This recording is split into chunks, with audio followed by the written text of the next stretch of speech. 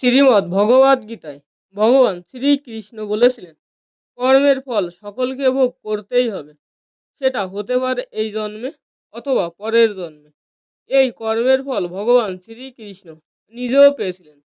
তার কর্মের জন্যই কি যদুকুল ধ্বংস হয়ে গেল? তার কোন কর্মের জন্য এক ব্যাধের নিক্ষেপ করা তীরে তিনি পার্থিব শরীরকে ত্যাগ করে গোলকধামে চলে গেলেন।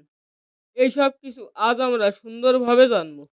বন্ধুরা, প্রথমেই বলে রাখি, ভগবানের কোনো মৃত্যু নেই, কৃষ্ণেরও মৃত্যু নেই। তিনি ধর্মকে রক্ষা করার জন্য ধরাধামে অবতীর্ণ হয়েছিলেন এবং কর্ম সম্পাদন হওয়ার পর তার দৈহিক শরীরটি শুধু পরিত্যাগ করেছেন। তাই কৃষ্ণের মৃত্যু বলতে বোঝানো হয় তার দৈহিক শরীর পরিত্যাগ করে গোলকধামে গমন করার কথা।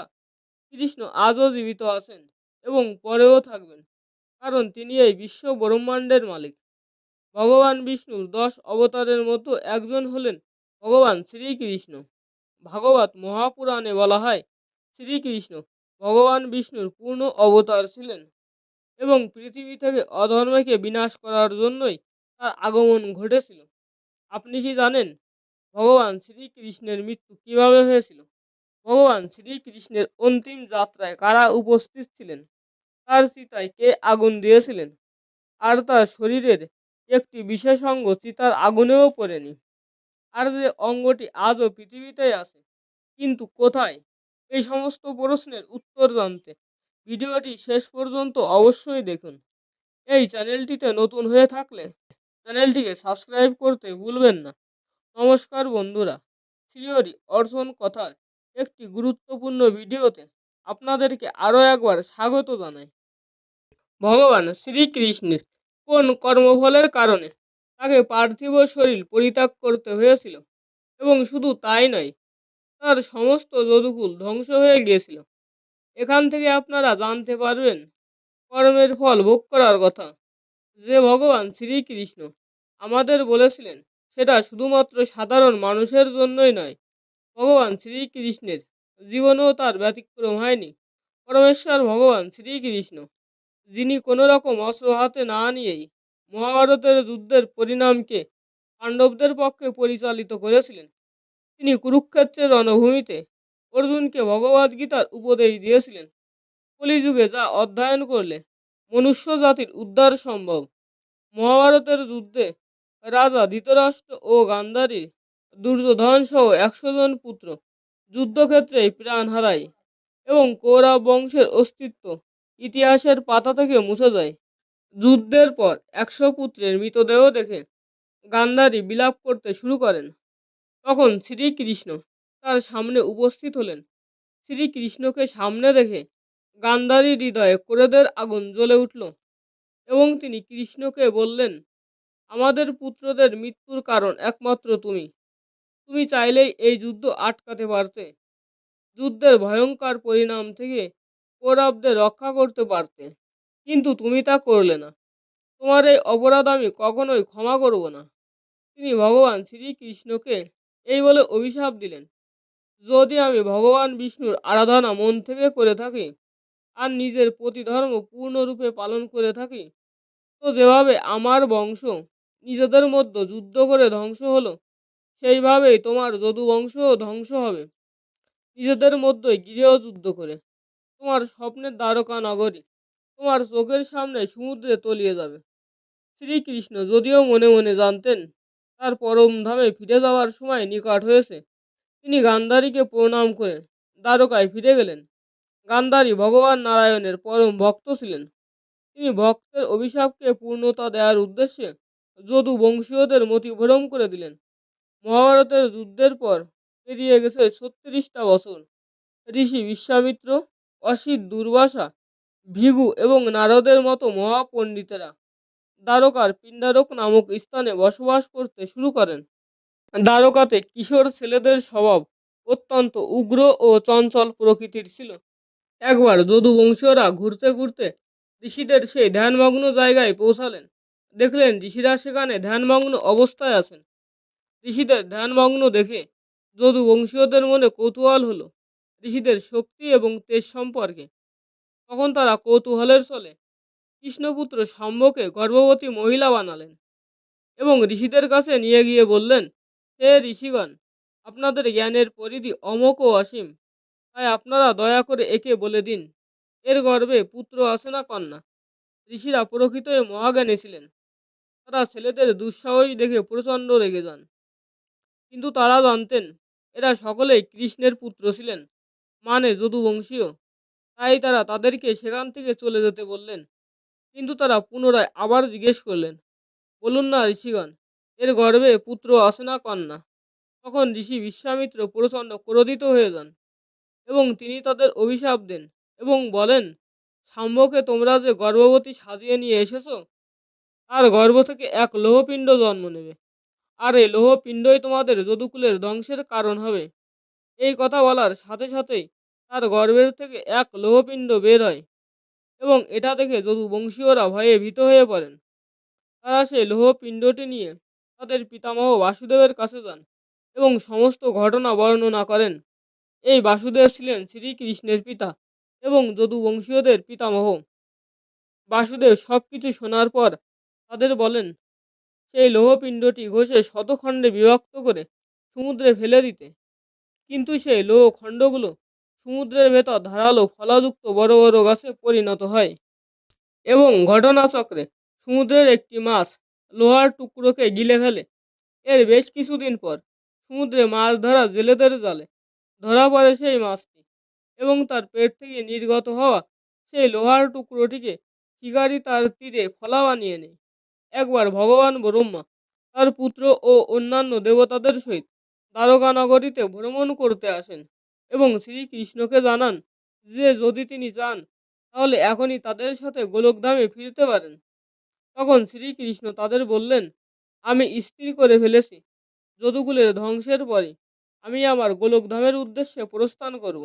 তখন বাকি দেবতারা শ্রীকৃষ্ণের আশীর্বাদ নিয়ে সেখান থেকে ফিরে গেলেন। তাদের চলে যাওয়ার পর থেকেই দ্বারকাতে বেশ কিছু অমঙ্গলজনক ঘটনা ঘটতে শুরু করে। সেটি লক্ষ্য করে শ্রীকৃষ্ণ দ্বারকা নগরীর সকল শিশু, মহিলা এবং বৃদ্ধদের সংকটার ক্ষেত্র এবং অন্যদের প্রবাস ক্ষেত্রে গমন করার নির্দেশ দিলেন। যেখানে সরস্বতী নদী সমুদ্রের সাথে মিলিত হয়েছে, প্রবাস ক্ষেত্রে পৌঁছে ভগবানের আদেশ অনুসারে তারা ভক্তি সহকারে পূজা অর্চনা করতে শুরু করলেন। কিন্তু কিছুক্ষণ পরে তারা এক প্রকারের বিষাক্ত মদ্যপানের প্রতি আসক্ত হয়ে ওঠেন। এই বিষাক্ত মদের স্বাদ অতীব সুমিষ্ট, কিন্তু কিছুদিন সেবন করার পর ইহা বুদ্ধিতে বিকারগ্রস্ত করে তোলে। এই মদ্যপান করে সকল যদুবংশীয়দের বুদ্ধিভ্রষ্ট হতে শুরু করল এবং তারা নিজেদের মধ্যে বিবাদে লিপ্ত হয়ে পড়তে থাকে। এই ঝগড়া বিবাদ কালক্রমেই ভয়ঙ্কর রূপ নেয় এবং তারা ঝগড়া বিবাদ করতে করতে সমুদ্রের তীরে এসে পৌঁছায়।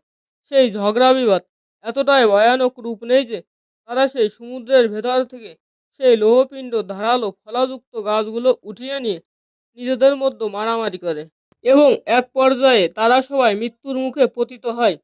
ভগবান শ্রীকৃষ্ণ যদিও এই সব ঘটনাসমূহ আগে থেকেই জানতেন, তিনি বুঝেছিলেন এই সবই হলো গান্ধারীর অভিশাপের পরিণাম।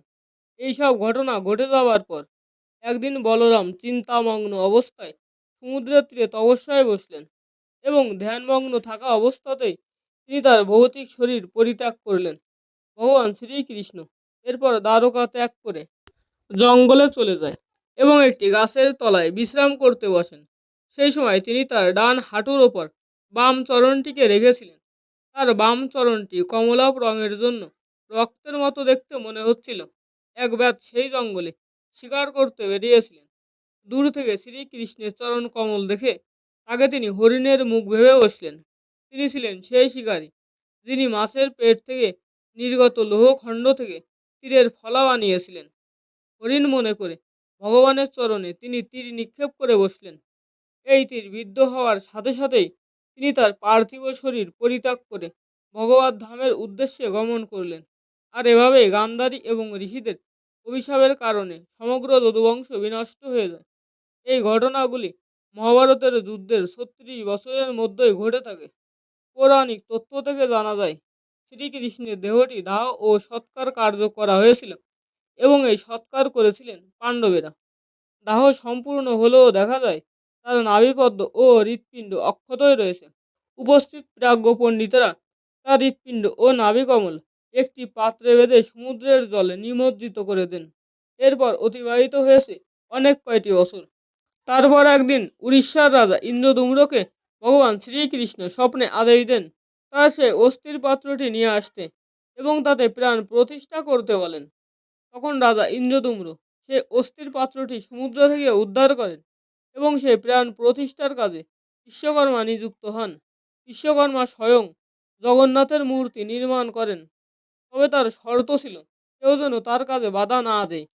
কিন্তু ইন্দ্রদুম্ন মাঝপথে কাজে বাধা দেয় জগন্নাথের মূর্তি অসম্পূর্ণই থেকে যায় এবং সে অসম্পূর্ণ জগন্নাথ দেবের মূর্তিতেই রাজা ইন্দ্রদুম্ন শ্রীকৃষ্ণের প্রাণ প্রতিষ্ঠা করেন এবং তাতে পূজা শুরু করেন। ভগবান শ্রীকৃষ্ণ কোন কর্মফলের কারণে যাদব বংশের ধ্বংস নিশ্চিন্ত হয়ে গেছিল, শুধু তাই নয়, তাকেও এই ধরাধাম ছেড়ে গোলকধামে চলে যেতে হয়েছে। আগেই বলেছি, যাদব বংশের ধ্বংসের পর একদিন শ্রীকৃষ্ণ একটি গভীর জঙ্গলে গিয়ে গাছের তলায় বিশ্রাম করেছিলেন। তখন জরা নামক এক ব্যাধ জঙ্গলে শিকার করতে বেরিয়েছিলেন।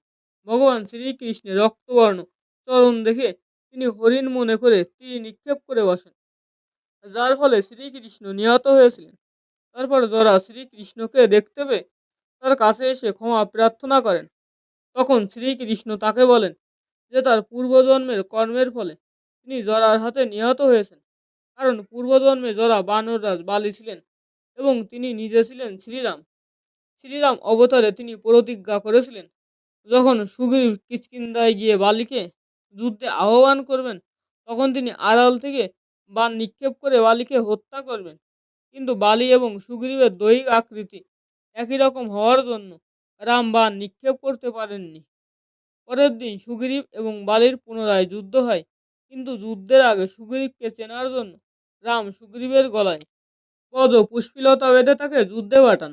এরপর যখন বালি ও সুগ্রীবের যুদ্ধ চলছিল তখন রাম বজ ও পুষ্পিলতার চিহ্ন দেখে সুগ্রীবকে চিনতে পারে এবং আড়াল থেকে বালিকে বাণ নিক্ষেপ করে তাকে হত্যা করেন। বালিকে হত্যা করার জন্য ভগবান শ্রীরাম ছলনার আশ্রয় নিয়েছিলেন। তার সেই কর্মের ফল হিসাবে পরের জন্মে তাকে জরার হাতে মৃত্যুবরণ করতে হয়েছিল।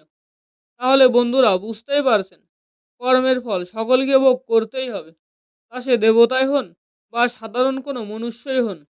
পুনঃ এখানে বলে রাখা ভালো, কৃষ্ণের মৃত্যু কথাটা শুনতে খুবই কটু লাগে, কিন্তু আদতে কৃষ্ণের মৃত্যু বলতে বোঝায় তার দৈহিক শরীর পরিত্যাগ করে গোলকধাম চলে যাওয়ার কথা। হাজার হাজার সনাতনীদের হৃদয়ে কৃষ্ণ আজও জীবিত আছেন এবং পরেও থাকবেন। বন্ধুরা, এই ভিডিওটি দেখে যদি আপনার ভালো লাগে বা নতুন কিছু জানতে পারেন তাহলে অবশ্যই একটি লাইক করবেন এবং কমেন্টে জয় শ্রীকৃষ্ণ লিখতে ভুলবেন না। আপনার আপনজন এবং বন্ধুদের সাথেও ভিডিওটি শেয়ার করতে পারেন, যাতে তারাও এই বিষয়টি সম্পর্কে অবগত হতে পারে এবং পৌরাণিক সংক্রান্ত তথ্য জানতে শ্রীহরি অর্চন কথা চ্যানেলটিকে সাবস্ক্রাইব করতে ভুলবেন না। আজকের মতোই এই পর্যন্ত। দেখা হচ্ছে পরবর্তী কোনো ভিডিওতে। সবাই ভালো থাকুন, সুস্থ থাকুন। জয় শ্রীকৃষ্ণ।